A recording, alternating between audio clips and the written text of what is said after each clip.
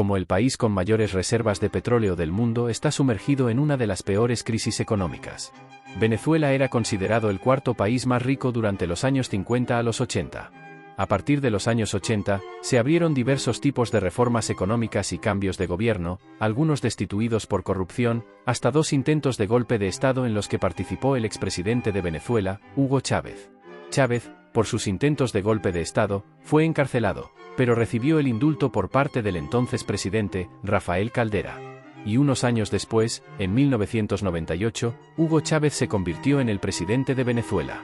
Desde entonces, Chávez implementó una serie de políticas económicas, como la nacionalización de varias industrias estratégicas, como el petróleo, el hierro, el acero, el cemento, la electricidad y las telecomunicaciones.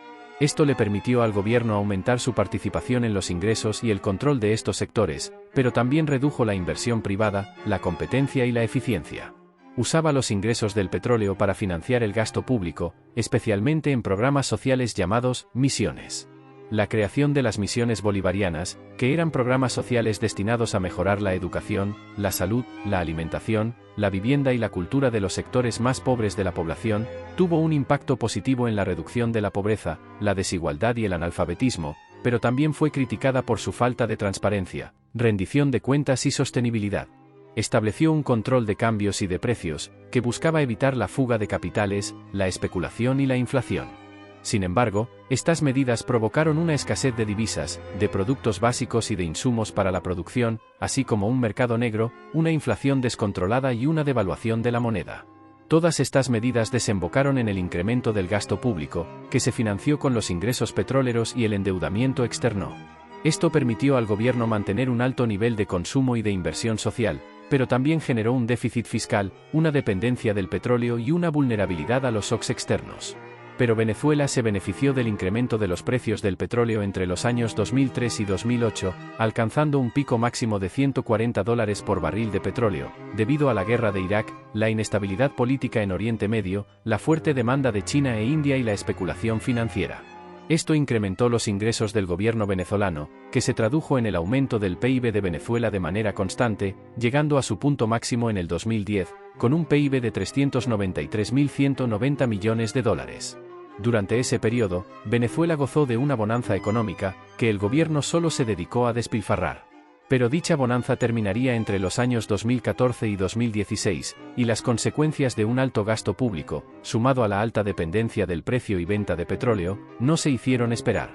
Estas solo se agravaron con la caída de los precios del petróleo y la crisis política y social que se desató tras la muerte del presidente de entonces, Hugo Chávez. 2013 fue el año en el que murió Hugo Chávez. Rápidamente se llamaron a elecciones, en las que ganó Nicolás Maduro. Solo un año después, el precio del barril de petróleo cayó, lo que ocasionó el inicio de las protestas antigubernamentales en febrero de 2014, que dejaron más de 40 muertos y cientos de heridos y detenidos. Las manifestaciones exigían la renuncia de Maduro, la liberación de los presos políticos, el fin de la represión y la escasez, y la convocatoria de elecciones anticipadas. La oposición impulsó la convocatoria de un referéndum revocatorio contra Maduro en 2016, que fue apoyado por millones de firmas. Sin embargo, el Consejo Nacional Electoral suspendió el proceso, alegando irregularidades y fraude. Esto generó más protestas y tensiones entre el gobierno y la oposición. La oposición también ganó las elecciones parlamentarias de diciembre de 2015, que le dio la mayoría calificada en la Asamblea Nacional. Sin embargo, el Tribunal Supremo de Justicia declaró en desacato al Parlamento y anuló todas sus decisiones. Esto creó un conflicto de poderes y una crisis institucional. La creación de la Asamblea Nacional Constituyente, ANC, en julio de 2017, que fue convocada por Maduro sin un referéndum previo y con una elección cuestionada por la oposición y la comunidad internacional, fue un hecho polémico. La ANC se atribuyó poderes plenipotenciarios y se instaló por encima de la Asamblea Nacional. Su objetivo era redactar una nueva constitución, pero también dictó leyes y medidas que favorecieron al gobierno. Todas estas irregularidades, o sea, corrupción, hicieron que el gobierno norteamericano comenzara con una serie de sanciones contra Venezuela, más específicamente, en agosto de 2017. Estados Unidos prohibió las transacciones con deuda nueva y capital emitidos por el gobierno de Venezuela y su empresa petrolera estatal PEPSA, así como con ciertos bonos existentes del sector público venezolano. En 2018 se celebraron unas nuevas elecciones, las cuales, de una manera descarada, dieron la victoria a Nicolás Maduro, con una diferencia abismal de más del 60% frente a la oposición. Era tan clara la corrupción del gobierno, que se convirtió en una dictadura que, como respuesta, Estados Unidos, la Unión Europea y demás instituciones continuaron las sanciones contra Venezuela.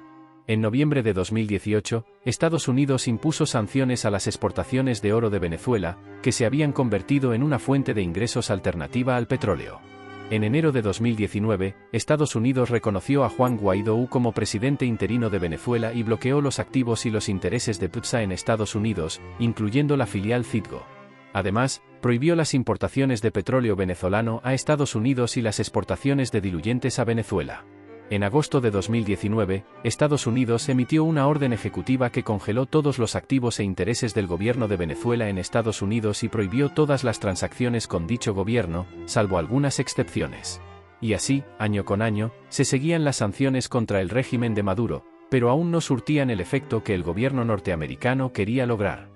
El conjunto de las pésimas políticas económicas, la baja en el precio del petróleo y las sanciones impuestas a Venezuela desembocó en una contracción del PIB de un 83,4% entre 2010 y 2022, pasando de $393.190 millones a $65.000 millones, medidos a precios constantes.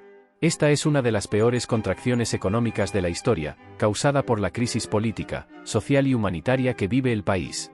Una hiperinflación, que se disparó a partir de 2016 y alcanzó cifras récord de más de 1,5 millones en 2018. Esto ha erosionado el poder adquisitivo de la población, ha generado una pérdida de confianza en la moneda y ha dificultado el cálculo económico. Una escasez de alimentos, medicinas y otros productos esenciales, que ha afectado la calidad de vida y la salud de los venezolanos. Esto se debe a la falta de divisas para importar, a los controles de precios que desincentivan la producción y al deterioro de la infraestructura y los servicios públicos. Una pobreza extrema, que ha aumentado significativamente en los últimos años, al punto de que más del 90% de la población vive en condiciones de pobreza y más del 60% en condiciones de pobreza extrema. Esto ha generado una crisis humanitaria, que ha obligado a millones de venezolanos a emigrar a otros países en busca de mejores oportunidades. Y la situación no parece mejorar, contrario a lo que todo el mundo creería. El gobierno norteamericano, en lugar de endurecer aún más las sanciones contra Venezuela, en octubre de 2023 levantó temporalmente las sanciones sobre el petróleo. Recordemos que es su principal fuente de ingresos, el oro y el gas. Bueno, amigos, esto ha sido todo por hoy.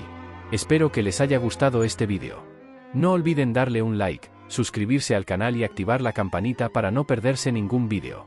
También pueden dejarme sus comentarios y sugerencias. Muchas gracias por su atención y nos vemos en el próximo vídeo. Hasta pronto.